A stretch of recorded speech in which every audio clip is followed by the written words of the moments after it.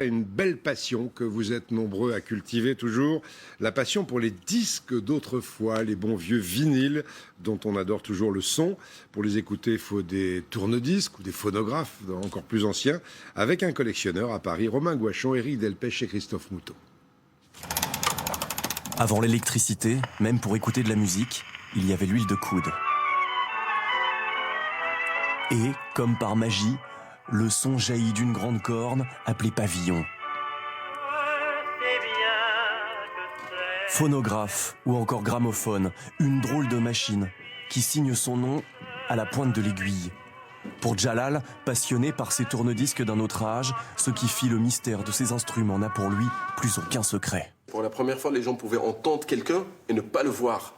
Et c'était pour l'époque de la magie ou de la sorcellerie. Dans sa phonogalerie, comme il la nomme, Djalal possède des milliers de phonographes. Pour la plupart de ces petites horlogeries, une restauration s'impose. Ce qui est important, c'est le régulateur, parce que ce qui régule la vitesse.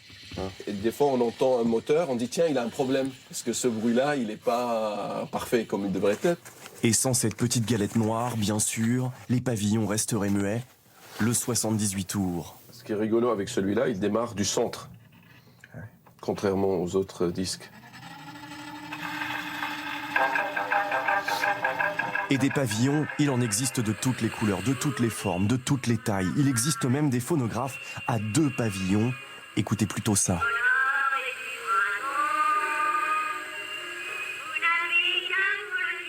C'est pour faire un maximum de son, diffusion, et il y a le côté écho. C'est comme si on était dans un rêve. Le rêve se poursuit au pied de Montmartre, dans ce tout nouveau petit musée. Pour les premiers visiteurs, tout ouïe, démonstration immédiate de ce qu'était le son de nos aïeux. Alors ça, c'est une forme qui est purement acoustique pour amplifier plus. Et ce qu'on dit souvent en rigolant, c'est la forme Bibendum Michelin, parce que c'est à cause des bourrelets. Déjà pour notre génération, le grain des vinyles avait quelque chose de particulier, mais là c'est encore plus émouvant. Ça vient avec une image, c'est pas seulement le son. On a l'impression qu'on regarde un vieux film, entre guillemets.